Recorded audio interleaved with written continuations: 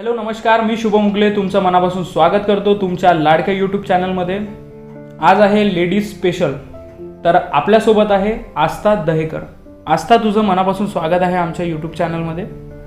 आस्था, मला तर फार आनंद आहे की मी आज तुझ्यासमोर बसलेलो आहो, कारण की कसं आहे, मी फार वर्षापासून ऐकतो आहे तुझ्याबद्दल आणि मला वाटलं नाही एक दिवस असं होईल की मी तुला क्वेश्चन आन्सर असं करणार काहीतरी आणि तुझ्याबद्दल विचारणार.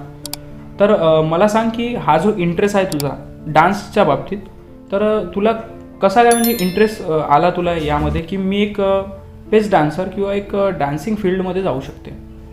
दादा, फर्स्टली मला तुला थँक्यू म्हणायचं आहे की तू इथे एवढा वेळ काढून इथे आलास आणि आपण हे करतो आहे. खरं तर मला खूप आनंद होत आहे.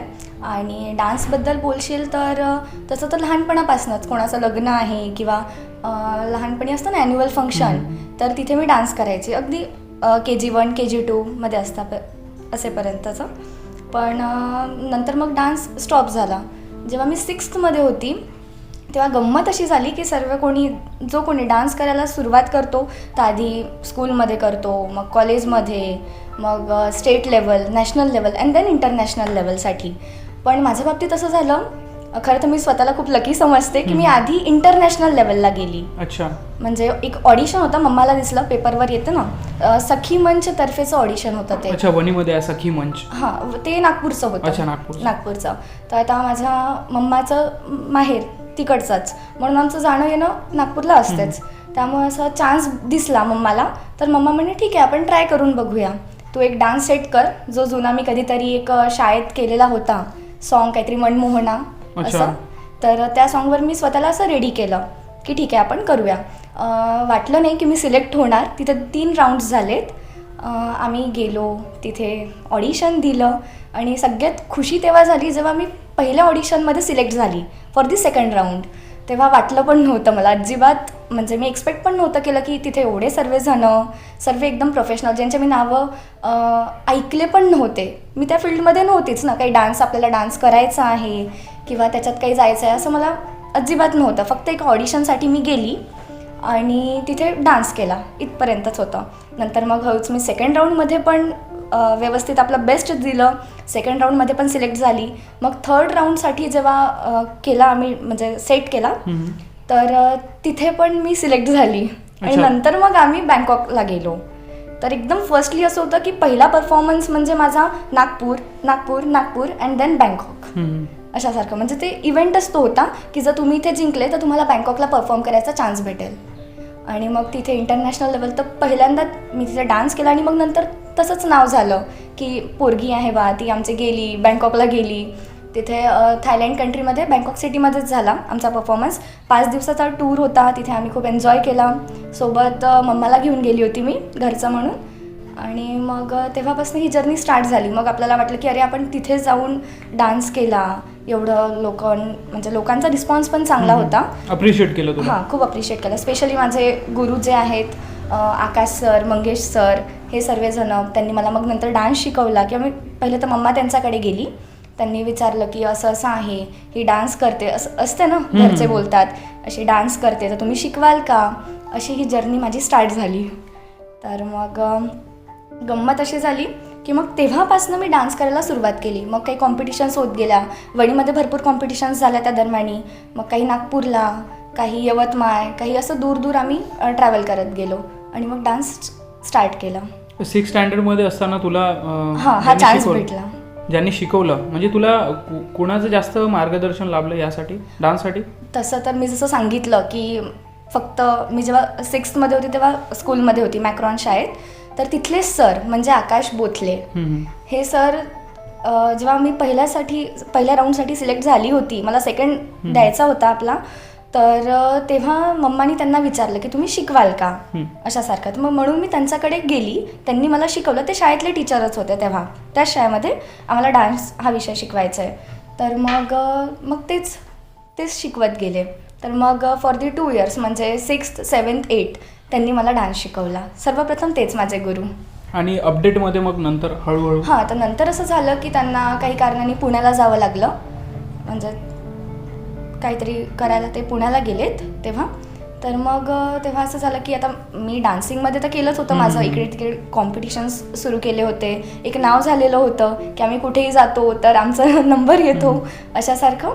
तर मग अच्छा, ह्युमर्स झाले होते असे हां, किंवा सेटिंग्स वगैरे असं म्हणताय का तू? नाही तसं म्हणून नाही, म्हणजे हो बा हो, dance लोकांची एक चांगली मेंटॅलिटी करते. होऊन हां. गेली होती तर की मग बा आणि आता sir- फर्स्ट प्राइज माझं गेलं, हां, मी आली तर. गेलं. असंच ना? तर ते तसं झालं आणि मग सर तर निघून गेले होते आणि तेव्हा मी छोटी होती, तर स्वतः डान्स सेट करणे तेव्हा तसं नव्हतं. त्यामुळे मग मी मंगेश सरांकडे गेली आणि मग तसंच, आणि त्यांची भेट पण अशी झाली की आम्ही एक BC म्हणून एक गाव आहे तिकडे गेलो, तर सर पण आमच्या सोबत होते. आम्ही असं सोबत ट्रॅव्हल करून मग कॉम्पिटिशनला जायचो.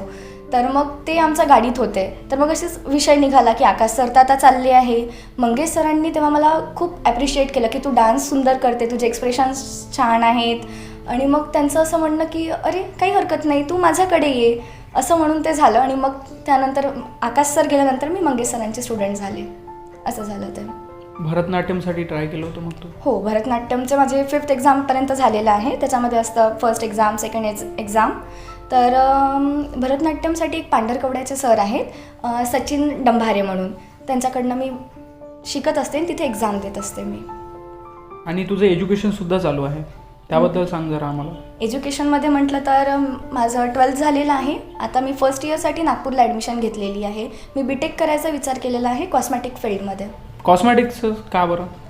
कॉस्मॅटिक तसं चांगला क्वेश्चन आहे हा. माझं मम्माचं पार्लर आहे आणि मला लहानपणापासून, जसं आता डान्सिंगमध्ये आपण गेलो आहे तर डान्समध्ये मेकअप करतो, हे करतो आहे, ते करतो आहे, ते प्रोडक्टबद्दल मला खूप म्हणजे छान वाटायचं की क्युरियस झाली आहे तू खूप अतिशय, की अरे हे कसं आहे, हे प्रोडक्ट लावून बघू दे, ते बघू दे, त्याच्याबद्दल मला नॉलेज झालेलं होतं. नाही तेव्हा म्हणजे लावून की नाही हा प्रोडक्ट असा आहे, हा प्रोडक्ट नंतर लावायला पाहिजे. हां, तर मला थोडंफार कळलं होतं की म्हणजे त्या फील्डबद्दल. तसं तर मम्माचं पार्लर असल्यामुळे आणि मी डान्स फील्डमध्ये असल्यामुळे मला कॉस्मॅटिकबद्दल आवड निर्माण झालेली होती. आणि मग आता जेव्हा 12thचा विषय आला की नाही आपला रिझल्ट लागलेला आहे आणि आता काहीतरी समोर करायला हवं, तर मला बेस्ट वाटलं की ही लाईन अगदी बेस्ट आहे माझ्यासाठी, की मी याच्यात जाऊ शकते. आणि दुसरं म्हणजे मी डान्स क्लास सुरू केलेले आहेत, तर मला तो वेळ इकडे पण देता येतो. नाहीतर जर मला आधी विचार होता MBBSचा वगैरे, तर मला तो वेळ मग डान्स माझी हॉबी ही सोडावी लागली असती. म्हणून घरच्यांनी पण मला सपोर्ट केला की ठीक आहे, तुझा BTechचा विचार आहे तर तू BTech कर आणि आपला टॅलेंट पण जोपास त्यासोबत. त्यासाठी म्हणून घरच्यांनी सपोर्ट केला की तू ते कर आणि डान्स पण कर. डान्सला घेऊन कधी डिफिकल्टीज आल्या आहे का? म्हणजे जसं आता संघर्षमयी लाईफ असते सगळ्यांची, कधी तुला अशा डिफिकल्टीज आल्या आहे तुझ्या समोर अशा उभ्या आहे? तसं तर भरपूर वेळा झाला आहे. कुठे कॉम्पिटिशनला गेलो तर समोरचा कधी काही पण सेटिंग, कारण की असं झालं होतं की मधातली वेळ की कुठेही गेलं तर नंबर यायचाच. तर तसा ओव्हर कॉन्फिडन्स तर नाही चढला, कारण की पप्पांनी नेहमी शिकवलं पाय जमिनीवर ठेवायचे म्हणजे ठेवायचेच. तर असं खूप भरपूर वेळा झालं आहे की हां सेटिंग्सबद्दल. तर म्हणून मग तेव्हा असं झालं की नाही बा आपण आपला बेस्ट करायचा, आपण समोरच्याला चान्स नाही द्यायचा की तो आपल्याला म्हणेल की अरे आपण सेटिंग करतो आहे बा म्हणून. त्यामुळे मग म्हणजे डिफिकल्टीज म्हणजे अशाच झाल्या. कॉम्पिटिशनबद्दल लोक काही आरोप लावतात, त्यांना आपण काही चांगलं करतो आहे त्यांना पचत नव्हतं, तर ते वाचं. आणि नंतर मी जेव्हा ते क्लासेस स्टार्ट केले, लोकांचं असतात की तुम्ही हे नाही शिकवत का, ते नाही का, ही स्टेप नको, ती स्टेप असं करा तसं करा. मला तरी वाटते की ॲज अ टीचर आहे तर त्यांनी ऐकून घ्यावं व्यवस्थित, कारण की मलाही त्याबद्दल नॉलेज असेल तेव्हाच कुठे मी इथे टीच करायला बसली आहे किंवा टीच करत आहे त्यांना. तेच, बाकी डिफिकल्टी असं काही वाटलंच नाही डान्सिंगबद्दल. फ्युचरमध्ये तुझे काय प्लॅन आहे डान्सला घेऊन, किंवा तुझ्या जे तू करत आहे BTech करत आहे हां BTech करत, तर त्यासाठी तुझी प्लॅनिंग काय आहे समोरची? एज्युकेशनची प्लॅनिंग म्हणजे असं मी हा कोर्स याच्यासाठी म्हणजे चूज केलेला आहे की मला नंबर ऑफ वेज माझ्यासाठी ओपन आहेत. मला वाटलं तर मी R&D कंपनी जॉईन करू शकते, नाही तर मी टीचिंगमध्ये पण जाऊ शकते याच कोर्सला यासाठी, किंवा मग स्वतःचं एक ओन एक स्मॉल बिझनेस म्हणून हे प्रोडक्ट्स जे आहे ते मी स्वतः बनवून, म्हणजे याच्यामध्ये असं आहे की जेव्हा मी BTech करून MTech करून घेणार त्यानंतर मी स्वतःचे प्रोडक्ट्स बनवायला एबल राहणार. स्वतः तू बनवू शकशील? हां, आणि ते मला करायचं आहे. एक कंपनी ओपन करायची आहे स्वतःच्या प्रोडक्ट्सची. अरे छान गोष्ट आहे, मला माहिती नव्हतं. खूप मोठी प्लॅनिंग लावून बसून आहे म्हणायची. पण सध्या विचार आहे, बघूया पहिले तर 1 वर्षासाठी कंपनी जॉईन करणार, म्हणजे सर्व एक एक्सपिरियन्स येऊन जाईल की काय कसं असतं, कोणती फील्ड, त्याच्यात पण अलग अलग असते. एक सेलिंग फील्ड असते, एक मार्केटिंग फील्ड असते जी सेल करते, किंवा मग एक असते की जे बनवणारी असते, पूर्ण बनवतात केमिकली. तर माझा आत्तापर्यंत जेवढा आहे विचार तेवढा तर मेकिंग फील्डमध्येच आहे. तरी बघूया काय समोर काय होतं तर. तुझे आयडल कोण आहे? हे सगळं आपण जेव्हा कुठलंही काम करतो, कुठल्याही फील्डमध्ये जातो, तर आपल्याजवळ एक आयडल असतो. म्हणजे आपल्या जवळ नाही, आपण मानतो त्याला. आपली आई असू शकते, बाबा असू शकते, किंवा फॅमिली मेंबर्स, किंवा अदर कोणी पण असू शकते, किंवा कुठला आयकॉन व्यक्ती पण असू शकते, कोणी पण. तर तुझा आयडल कोण आहे? मी असं नाही म्हणणार की माझी मम्मीच आहे किंवा पप्पाच आहे. माझ्यासाठी माझे सर्व, माझी जॉईंट फॅमिली आहे, त्यामुळे माझे मोठी आई, मोठे पप्पा, सर्व अख्खी फॅमिली किंवा त्यांचे मुलं मुली किंवा पूर्ण जे काही माझे मावशी आहेत त्यांनी पण मला खूप सपोर्ट केला. बँकॉकच्या वेळेस फायनान्शियल कंडिशनच्या थोडी फायनान्शियल कंडिशन ठीक नव्हती, तर मग त्यांनी मला तेव्हा सपोर्ट केला की तू बँकॉकला जा, आम्ही तुला मदत करतो. तर त्यामुळे आयडल म्हणून तर माझ्यासाठी सर्वच आहेत. अख्खं म्हणजे त्याला काय म्हणता येईल, सर्वांनी मला व्यवस्थित सपोर्ट केला. पण स्पेशली थँक्स तर मम्माला म्हणावंच लागेल, कारण की ती नसती तर मी नसती. हो बिलकुल, ऑब्विसली. आणि जेवढी माझी मम्मी तेवढे माझे पप्पा ठामपणे माझ्या पाठीमागे तेव्हाही उभे होते आणि आताही उभे आहे. तर तुला मस्त वाटत असेल ना? खूप मस्त प्राऊड फील होते की ते ॲज अ पॅरेंट्स मला भेटले. आणि मला सांग, यासोबत मी सगळ्यांना हा क्वेश्चन करतोच, तुझ्या लाईफमधली एक चांगली गोष्ट सांग आणि एक वाईट गोष्ट सांग. चांगली गोष्ट कुठली आहे आणि वाईट गोष्ट कुठली आहे तुझ्या लाईफमध्ये? चांगली गोष्ट म्हणजे अशी कोणती एक स्पेसिफिक नाही आहे. सर्व गोष्टीमध्ये पॉझिटिव्हिटी थिंक केलं तर सर्वच चांगलं वाटतं तसं आपल्याला. पण मला बेस्ट तर आता वाटते की जेव्हा मी आत्तापर्यंत डान्स शिकत होती आणि आता मी डान्स शिकवत आहे, त्याच्यामध्ये जो एक डिफरन्स आहे की ती जी जर्नी होती की मी सर्व टीचर्सकडनं शिकली, काही छोट्या छोट्या गोष्टी मी सर्वांचा विचार केला, कॅप्चर केले, आणि आता ते मी माझ्या डान्समध्ये अप्लाय करते की नाही या बीटवर असं करायला हवं. तेव्हा मला एक स्वतःचा एक सेल्फ जो आनंद असतोच तो मला आता होतं आहे की मी जेव्हा शिकवते आहे तेव्हा मला एक आतमधून एक वेगळी खुशी होते. तर मी हर एक मुमेंटला एन्जॉय करते स्वतःला. ते म्हणजे माझा बेस्ट पार्ट झाला. एक असा कोणता स्पेसिफिक जे कोणी सांगतात तसं स्पेसिफिक नाही आहे. तसा स्पेसिफिक विचार केला तर मग खूप सारे कॉम्पिटिशन्समध्ये वाटलंही नव्हतं की मी फर्स्ट येईल, तिथे आलेली आहे. तर त्यामुळे असं स्पेसिफिक म्हणून नाही आहे, हेच की मी एन्जॉय करते आहे आणि शिकवत आहे. हे मी जे रोज जे क्षण जगत आहे तेच एक म्हणजे त्याच्यात मजा वेगळीच आहे. आणि वाईट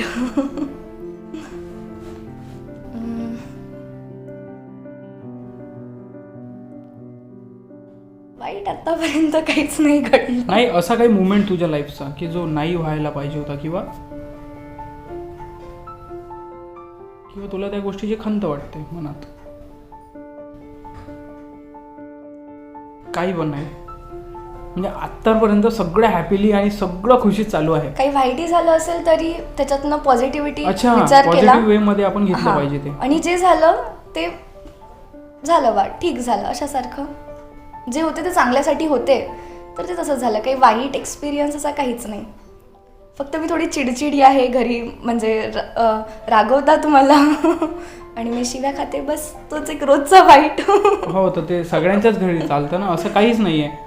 माझ्या पण घरी मी खूपच असा लेजंड जो व्यक्ती राहतो ना, त्याची आता तारीफमध्ये मी शब्द नाही सांगू शकत. आता आई काय काय बोलते हे मी कॅमेरात नाही सांगू शकत, पण जे माझ्या आसपासचे किंवा जवळचे लोक आहेत त्यांना माहीत आहे की माझ्या घरी काय चालतं, मला घेऊन तरी काय चालतं हे मला माहीत आहे. जसं तुझ्या घरी आहे ना, कसं आहे, आईसाठी आपण कुठेही गेलो ना, कुठल्याही पॉईंटला गेलो तर आई बरोबर आपल्याला सांगते की तू माझ्यासाठी काय आहे. एक दिवस माझ्या घरी असं झालं होतं की मी दिवाळी होती, दिवाळीचं म्हणजे आता दिवस बाकी होते, आणि आई म्हणाली, माझे इंटरव्ह्यूज कंटिन्यू चालत होते, तर मी म्हटलं आईला मी इंटरव्ह्यूला चाललो आहे.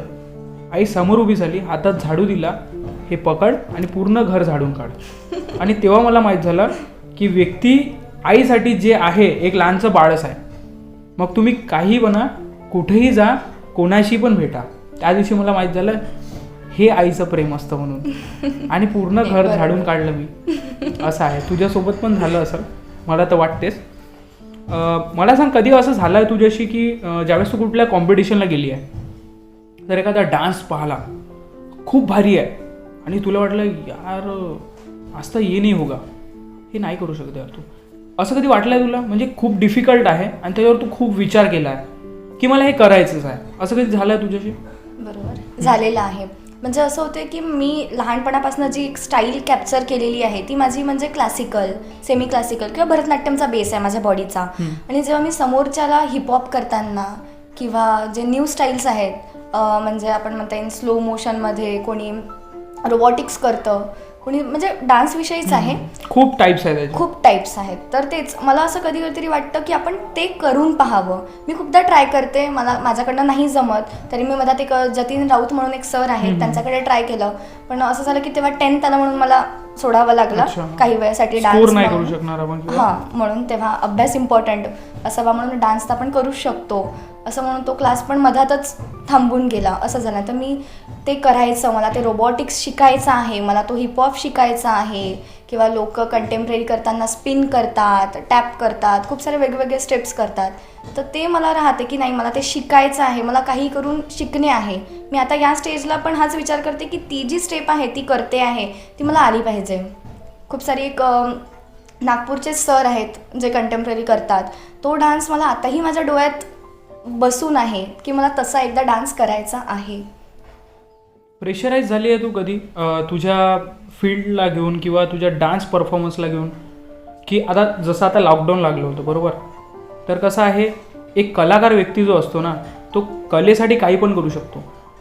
कुणाकुणाला बाहेर जावं लागते बरोबर ना, जसं आता कुणाला खूप जसं काय म्हणू आपण त्याला, एक लँडस्केप काढायचं असेल, कुठला जर आर्टिस्ट आहे तो जोपर्यंत बाहेर नाही निघणार ना, नेचरला भेट नाही देणार, तोपर्यंत त्याचं लँडस्केप कामच नाही करणार. कारण त्याला नेचरमध्ये इंटरेस्ट असेल तर त्याला नेचर प्लेसवर जावं लागेल बरोबर ना. जसं तुझं डान्समध्ये आहे, आता लॉकडाऊन होतं आणि त्यावेळेस कसं प्रेशराईज होतं माणूस आतल्या आतच. तुझ्यासोबत असं कधी झालं आहे का? बिलकुल झालेलंच आहे. ते असं झालं, मी जे आता स्टार्ट केलं आहे डान्स टीच करणं, ते अगदी असंच घडलं जे तू म्हणतोय ना, प्रेशराईज होणे. असं झालं की डान्स तर बंदच होता 12th असल्यामुळे, पण अभ्यास पण झाला होता, 12th झालं आणि आता पुढे काय, रिझल्ट लागलेला होता, फील्ड पण चूज केलेली होती. आणि असं झालं की मी आधी विचार केला होता की 12th झालं, रिझल्ट लागला की मी डान्स क्लास परत जॉईन करणार, परत मी ती तसा डान्स करेल, तशी हॅप्पी होऊन जाणार, असं माझ्या डोक्यात विचार सुरूच होते. आणि तेवढ्यात हे कोरोना आला, पॅन्डेमिक झाला असा सॅड एकदम, आणि लॉकडाऊन घडलं. तर मला तेव्हा वाटलं की नाही आता तर स्वतःहून डान्स करायलाच पाहिजे. आणि मग असं झालं की डान्स करायला पाहिजे, आणि करत करत मग थोडंसं 1-2 मला ऑर्डर्स आलेत किंवा एक आली की मला शिकवून दे, असं कर तसं कर, तर मी तिथून स्टार्ट केलं. कुठेतरी असं वाटत होतं की नाही आपण शिकवत आहोत आता आपण करायलाच हवं. एकीला मी फक्त असाच डान्स शिकवला, पण असं वाटलं की नाही आता घ्यायला पाहिजे, कारण की तेव्हा सिच्युएशन अशी आली होती की नाही मला आता याच्यातच आनंद भेटतो आहे. आणि कोरोनामध्ये नुसतं घरी घरी राहणं, अशी चिडचिड होत होती, पूर्ण म्हणजे वेगळं वाटत होतं. त्यामुळे ती एकदम जी सिच्युएशन आली की समोरचा मला म्हणतोय की डान्स शिकव, आणि त्यात मी रमली, तर तेव्हा मला एकदम कूल डाऊन असं वाटलं. तर तो प्रेशरचा भाग तो होता. ते मला तेवढं जाणवलं नाही, पण तरी ते नंतर लक्षात आलं की नाही आपण जी चिडचिड वाढली होती माझी ती का वाढली होती, आपल्याला परत डान्स क्लास जॉईन करायचा होता, आणि आता फायनली ते झालंय, शिकवलं. असं डिफिकल्ट काय असतं लहान मुलांना टीच करणं की मोठ्या व्यक्तींना? तुझा एक्सपिरियन्स आहे. हां, म्हणजे असं आता काही दिवसाआधी आलेला. नाही, दोघांनाही टीच करणं सोपीच आहे तसं तर, पण खूप जे लहान असतात त्यांना ॲक्च्युअलमध्ये आपण काय स्टेप सांगतो ते त्यांना करता नाही येत. त्यामुळे त्यांना मला 10 वेळा तेच सांगावं लागतं. आणि मोठ्यांचा विचार केला तर मोठ्यांचं म्हणणं असं असते की ही स्टेप नाही जमणार का, ही स्टेप मला जमत नाही आहे. त्यामुळे दोघांना हँडल करणं कुठेतरी सेमच आहे, पण मला असं वाटतं की लहानांना शिकवणं जास्त डिफिकल्ट असतं. तुझ्या मते लहान मुलांना शिकवणं जास्त डिफिकल्ट असतं? हो. आणि मजा येते शिकवायला? हो, ती तर येतेच. नाही, पण जसं लहान असतात ना मुलं, तर त्यांचं मला माहिती आहे टेन्शन किती येतं. तर कारण कसं आहे त्यांना हर गोष्टीत एक फन क्रिएट करायचं असतं. आणि त्यांना डिफिकल्ट असतंच, मी असं नाही म्हणत, बरोबर. कारण की कसं आहे ते लहान आहे तर मग आपण सांगणं त्याला समजावून, आणि कधी कधी आपणच सुद्धा चिडून मला जातो लहान ना. मुलं आवडतात खूप अगदी. माझ्या ताईचं मुलं आहेत, त्यांचा मी खूप लाड करते. मला लहान मुलं आवडतात आणि मला कळतं की त्यांना कसं म्हणजे मी ट्रीट करायचं. ट्रीट कसं करायचं. म्हणजे असं होते की मी कोणाला, आपण मग लहान मुलांना पिल्लू चिऊ असं म्हणूनच शिकवते त्यांना, अगदी नॉर्मली की तुम्ही घरचेच आहात, आपण स्टेप करूया. एकदा तर असं झालं, माझ्या क्लासवर एक मुलगी आली, ती 4-5 दिवस तिने डान्स केला आणि लगेच ती 7व्या दिवशी म्हणते की मला डान्स नाही करायचा, मला येतच नाही, आणि ती रडायला लागली. आणि मला कळतच नव्हतं. आधी तर तिने रिव्हील नाही केलं की तिला डान्स नाही करायचा, ती फक्त अशी बसून होती. मी तिला म्हटलं ये डान्स कर, अँड शी वॉज लाईक नाही. म्हटलं काय झालंय तुला, कर. तेव्हा मला खूप वेगळं वाटलं की अरे काय झालं नेमकी, मी हिला काही रागवली नाही, काही मारलं नाही तरी ती तर नंतर मग तिच्या मम्माला फोन केला की ही करत नाही आहे. तेव्हा मला तिला सांभाळता नाही आलं, आणि मग तिची मम्मा आली आणि ती म्हणते की मला आज डान्स करायची इच्छा नाही. आणि मी अशी होती, अगं आता आधी सांगायचं ना. म्हणून असं तेच लहान मुलांना ट्रीट करणं खूप डिफिकल्ट होऊन जातं. डान्स शिकवणं ते वेगळं झालं, पण त्यांना एक मेंटली त्यांना प्रिपेअर करणं की नाही, मी जे शिकवत आहे ते करा बेटा, चांगलंच आहे असं. त्यामुळे मोठ्यांना हँडल करणं सोपी असतं. त्यांना स्टेप्स पण आवडतात आणि आपण त्यांना पटकन सांगितलं की ते कॅप्चर पण करतात. आणि प्रॅक्टिस मग आणखी तुला मजा येते मग. आणि एका गोष्टीत ऐकलं तर फार मजा येत असेल ना.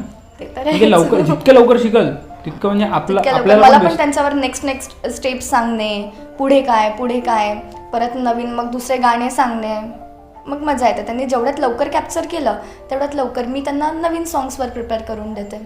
एक इंटरेस्टिंग गोष्ट आता मी तुला विचारतो, इंटरेस्टिंगच म्हणू आपण त्याला, कारण की सगळ्यांच्या लाईफमध्ये हे होतंच. जसं आता तुझं जे अचिव्हमेंट आहे त्याला घेऊन कधी कधी असं पण होतं की कुठं आपण गेलो आणि त्यानंतर कुठला व्यक्ती आपल्याला कधी टोचून असं बोलतं, माहिती आहे का, कधीतरी होतं आपल्यासोबत. बरोबर. तर टोचल्यानंतर आहे ना, आपण त्याच्यावर काम करायला सुरुवात करतो तुरंत, की हा व्यक्ती मला असं बोलला, आता तुम्ही याला दाखवूनच देतो. असं तुझ्याशी कधी झालं आहे का? तू सांगू शकते बिंदास, नाव नको घेऊ पण सांगू शकते. झालेलं आहे, एक डान्स बाबतीत पण झालं आणि अभ्यासाबाबतीत पण झालेलं आहे. असं रिलेटिव्ज असतात की ज्यांना अभ्यास कर बेटा, अभ्यास कर, डान्समध्ये काय असू दे ना, एक अशी ही मेंटॅलिटी असते. तर मला वाटतं की हे तू सांगितलं पाहिजे, कारण की असं सगळ्यांसोबत होतं. नाही, त्यांनी काही खूप प्रेशराईज नाही केलं, पण मला त्या मुमेंटला वाटलं की ठीक आहे ना, मी डान्स करते आहे, मला त्याच्याबद्दल आवड आहे, तर मी अभ्यास पण तेवढाच वेळ करीन आणि डान्स पण व्यवस्थित हँडल करेलच. तर माझा विचार तसा होता. पण काही रिलेटिव्समुळे असं झालं, मला करावं लागला डान्स बंद 10th मध्ये. अच्छा, तुला म्हणजे डान्सच बंद करावा लागला? हां, नाही काही मुमेंटसाठीच, पण तरी म्हणजे 1 वर्ष बंद ठेवावं लागला. त्यांचं म्हणणं होतं की बेटा तू डान्स बंद कर सध्या, नंतर करू शकते, अख्खं आयुष्य आहे डान्स करायला, आता अभ्यास कर, ही वेळ अभ्यासाची आहे. तर 10th, 11th, 12th हे व्यवस्थित अभ्यासात करून घे. तर त्या गोष्टीसाठी मला कुठेतरी त्यांनी टोचं मारलेले आहेत, पण ते अगदी चांगल्यासाठीच होते की अभ्यास कर तू, चांगलीच गोष्ट आहे.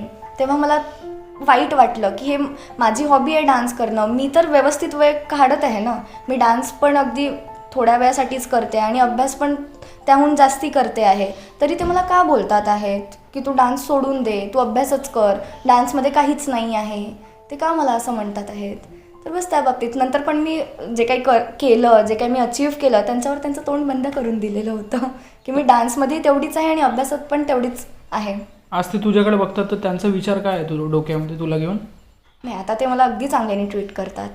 त्यांचं म्हणणं की तू डान्समध्ये मोठी हो. त्यांचे विचार जे आहेत ते थोडे बदलले. आधी जे मला टोकत होते की नाही तू फक्त आणि फक्त अभ्यासच कर, डान्स नको करू, काहीच नाही आहे यात, ते आता स्वतःहून म्हणतात की नाही बेटा तू अभ्यास पण करू शकते, अभ्यास पण कर आणि डान्समध्ये पण तू. जसं आता मी एक इव्हेंट सेट केला तर ते मी स्टेटसमध्ये ठेवला, तर मला त्याच्यावर पॉझिटिव्ह रिप्लाय आले की अरे वा किती छान, म्हणजे माझ्यापेक्षा खूप मोठ्या मोठ्या लोकांना मी कोरिओग्राफ करत आहे, तर ते त्यांना बघून आता आनंद होत आहे. तेव्हा जे त्यांनी मला टोच मारले, अच्छा त्यांनी टोच मारत होते, हां, तर ते आता अगदी नॉर्मल झालेले आहेत. आता त्यांना खुशी होते की नाही मी डान्समध्ये जे काही करते ते छानच करते आहे. तुला असं नाही वाटत का की हे सगळं जेव्हा होतं ना त्यावेळेस कुठंतरी ते आपल्या मुलांना तुझ्या जागी बघतात, म्हणजे जसं सगळ्यांचंच आहे की आस्था अशी आहे तशी आहे, किंवा फार छान डान्स करते, माझी मुलगी का बरं नाही करत, किंवा माझा मुलगा का बरं नाही करत, माझा मुलगा का बरं असा नाही, मी किती त्याला सांगते असं झालं तसं झालं, खूप गोष्टी करतात ना. बरोबर. पण असं कधी म्हणजे होत असेल ना तुझ्यासोबत पण, की त्यांना पण वाटते की आस्थासारखी मुलगी मला असती तर. बरोबर. माझी ताई आहेत, मला 2 ताई आहेत. हो. तर त्यांनी त्यांचे मुलं आहेत आणि त्यांच्यासाठी माझी ताईने असं मला आयडियल प्लेसवर ठेवलं आहे की तू मावशीसारखी बन, तू अभ्यास पण कर, तू डान्स पण कर, असा डान्स करत जा, असं करत जा. तर त्यांनी मला ते एका आयडियल प्लेसवर, ताईंनी स्वतः मला एका आयडियल प्लेसवर ठेवलं त्यांच्या मुलांसाठी, की तू मावशीसारखी बन, जशी मावशी करते तशी हो, अशासारखं. म्हणजे त्यांना आत्तापासूनच म्हणजे सगळं सांगत आहेत हां, की बघ मावशी, बघ मावशी. हां. आणि दीदी पण एकदा माझ्याजवळ रडले की मला तुझ्यासारखी मुलगी असती तर मी किती म्हणजे किती ग्रेटफुल असते, किती प्राऊड फील केलं असतं. तरी मी त्याच्यावर तेच बोलले की मी तुझी बहीण आहेच ना, चांगलीच गोष्ट आहे त्यात. तरी तेच तिचं म्हणणं होतं असं. बाहेर मोठ्या सिटीमध्ये गेल्यानंतर जेव्हा आपण कुठल्या सेलिब्रिटीला भेटतो, तो क्षण सांग तुझ्या जीवनाचा, म्हणजे जीवनाचा इतका मोठा क्षण सगळ्यांच्याच असतं. तो फार मजेशीर क्षण होता. मी मुंबईला गेली होती. एक सर आहेत मनीष पाटील म्हणून, नागपूरचे. त्यांनी माझा डान्स खूपदा बघितला, म्हणजे ते जज म्हणून असतात खूप साऱ्या कॉम्पिटिशन्समध्ये, आणि त्यांना माझी लावणी फार आवडली होती. एक दिवशी झालं की मला फोन आला त्यांचा, तुला? हां, त्यांचा मला फोन आला आणि म्हटलं की मुंबईला सह्याद्री चॅनल आहे ना, DD नॅशनल, त्याच्यावर नवरत्न सन्मान सोहळा असा एक कार्यक्रम आहे, त्याच्यात तू डान्स करशील का? आणि त्यांनी मला, त्यांचे स्टुडंट्स पण होते ॲज अ बॅक डान्सर्स, म्हणजे बॅकग्राऊंड डान्सर्स, पण त्यांनी मला मिडल प्लेसवर ठेवलं. सर्व नागपूरचे आणि मी वणीची असं म्हणून. आणि मग आम्ही तो कोरिओग्राफ केला, सेट केला. एक सर होते सोनू नक्षाने म्हणून, ते सर, त्यांनी डान्स शिकवला आणि तो आम्ही मुंबईला जाऊन परफॉर्म केला. तर जेव्हा परफॉर्म केलं तिथे, तर आम्हाला काहीच माहीत नाही की तिथे जुही चावला येणार आहे. तिथे मी भेटली त्या मॅमसोबत. तर काही कल्पना नाही. आम्ही म्हणजे खूपदा रिहर्सल घेतली, भरपूर वेळा, म्हणजे अख्खा दिवस आमचा प्रोग्राम नाईटला होता, अख्खा दिवस आमचा तिथे रिहर्सल चालली. आणि मग असं झालं की रात्री जेव्हा आम्ही मेकअप करून अगदी स्टेजवर परफॉर्म करायसाठी चाललो होतो, तर तिथे जस्ट जेव्हा एका रूममधून आम्ही पास झालो, तिथे खूप सारे बॉडीगार्ड्स आणि तिथे जुही मॅम होत्या. अगदी म्हणजे माझ्यासाठी असं होतं की यांना कुठेतरी पाहिलं आहे, आणि मला तेव्हा ते स्ट्राईक पण नाही झालं की त्या मला इथे भेटतील. म्हणजे मी त्यांच्याकडे बघितलं, हसली, ते पण माझ्याकडे पाहून हसले. आम्ही अगदी नटून थटून होतो. तर त्यांनी म्हटले की तुम्ही खूप छान दिसत आहात असं म्हणून. आणि नंतर मग लक्षात आलं, अच्छा जुही मॅम आहे. आणि मग आम्ही फोटोज वगैरे काढायला स्टार्ट केला. तर तो एक क्षण म्हणजे असं होतं की अनपेक्षित होतं की मॅम भेटणार आम्हाला, किंवा त्या येणार या शोला आणि आपण सेल्फी काढू, अशासारखं झालेलं होतं. परत एक मकरंद नासपुरे सर आहे, त्यांच्यासोबत मी इथे वणीलाच भेटली होती, ते वणीला आले होते. तर परत ABCDचे धर्मेश सर आहे, धर्मेश, त्यांच्यासोबत भेटलेली आहे मी. परत अख्ख्या अशा कॉम्पिटिशनला आम्ही जातो, तर तिथे ते भेटतातच. असे काही काही सेलिब्रिटीज जिथे येतात, मग तेव्हा फोटो काढणं वगैरे होतच असते. आणि फार मजा येते, खूप मजा येते. कारण की आपण ज्यांना टीव्ही मध्ये बघतो त्यांच्यासोबत आपले फोटो, आणि असं वाटत असेल ना त्यावेळेस की हे स्वप्न आहे, रिअल नाही. खरंच अगदी. मी तो एक्सपिरियन्स सांगितला ना आता जुही मॅमचा, म्हणजे मी 2 मिनिट विचारात पडली की अरे बापरे, आपण यांच्याशी भेटलो आहे फोटो काढल्यानंतर. की जेव्हा मग आम्हाला अगदी जायचं होतं स्टेजवर परफॉर्म करायसाठी आणि आम्ही त्यांना बाय म्हटलं, तर तेव्हा म्हणजे बापरे, आपण त्या मॅमसोबत भेटलो, त्यांच्यासोबत फोटो काढला. अख्खं म्हणजे 3-4 दिवस तर मी स्वतःचा फोटो झूम करून करून पाहत होते की वाव किती छान, लकी आहोत. खरं आहे का म्हणून. बरोबर. तुला आपल्या माध्यमातून चॅनलच्या भरपूर लोक बघत आहे, जे तुझ्या एजचे आहे, तुझ्यापेक्षा छोटे आहे, ज्यांना डान्समध्ये काहीतरी करायचं आहे. पण त्यासोबत असं आहे की डान्स आणि सोबत स्टडी दोन्ही पण तू करत आहे, मोठी गोष्ट आहे. कधी कधी काय होतं ना की आपली फील्ड त्यावर जास्त फोकस होतो आणि स्टडीकडे राम असं होतं भरपूरदा, की मी छान डान्सर आहे किंवा मी छान एक आर्टिस्ट आहे, कलाकार आहे, इंटरनॅशनल लेवलपर्यंत जाऊन आहे. पण एज्युकेशनच्या बाबतीमध्ये कुठेतरी ते थांबून जातात की आता मला हे करायची गरज नाही. बरोबर ना? बरोबर. तर तुला एज्युकेशन आणि डान्स हे किती वाटते तुला की हे दोन्ही गरजेचे आहे, एक नाही? तसं तर from my point of view माझ्यासाठी एज्युकेशन पण एवढंच आहे आणि डान्स पण एवढाच आहे सध्याच्या वेळेला. पण मला असं सांगायचं आहे की जे माझ्या इच्छा आहे किंवा जे मला आता बघत आहात, त्यांना असं की एज्युकेशन हे खूप इम्पॉर्टंट आहे. जर आपण एज्युकेशन नाही घेतलं आणि फक्त डान्सिंगच्या फील्डमध्ये गेलो, डान्सच करायचा, एज्युकेशन काय मला नाही करायचं, तर हे खूप चुकीचं होऊन जाणार. विदाऊट एज्युकेशन आपण काहीच नाही आहोत. गरजेचं आहे एज्युकेशन. एज्युकेशन अगदी गरजेचं आहे. आता तुला भरपूर लोक पाहत आहे, ठीक आहे, आपल्या चॅनलच्या माध्यमातून. तर त्यांच्यासाठी एक तुझा सुंदर एक छोटासा मेसेज ते तुला बघत आहे, प्लीज. माझा मेसेज असाच राहणार की तुम्ही कोणत्याही फील्डमध्ये असणार, डान्सिंग, सिंगिंग, ॲक्टिंग, काहीही, एज्युकेशन हे मस्ट आहे. तुम्ही आधी तुमचं एज्युकेशन पूर्ण करून घ्या, नंतर मग तुम्हाला जी फील्ड आवडते त्यामध्ये तुम्ही सक्सेस करा. बस एवढंच. खूप खूप धन्यवाद तुझा की तू वेळात वेळ काढून मला वेळ दिला. नाही दादा, खरं तर थँक्यू तुला, कारण की तू पण खूप बिझी असतोस आणि तू इथे आला, तू माझा इंटरव्ह्यू घेतला. मी खूप ग्रेटफुल आहे की तुझ्यासोबत माझं बोलणं झालं, भेटणं झालं आणि आता आपण सोबत म्हणजे क्वेश्चन आन्सर्स करतो आहेत. तर आपण आत्ताच भेट घेतली आहे आस्था दहेकर यांची. फार सुंदर त्यांनी एक्सपिरियन्स सांगितला आहे त्यांच्या लाईफचा. त्यासोबतच आपली स्टडी आवश्यक आहे आपल्याला करणं, कारण की कसं आहे, एज्युकेशन तुम्हाला समोर नेतं. तुमची फील्ड जे आहे त्याला फक्त तुम्ही असं गरजेचं नाही की त्याला सोडून आपण एज्युकेशनलाच फक्त समोर नेलं पाहिजे किंवा फक्त फील्ड एज्युकेशन सोडून दिलं पाहिजे. दोन्हीही आपण बरोबर ताळमेळ ठेवून त्याला समोर नेऊ शकतो.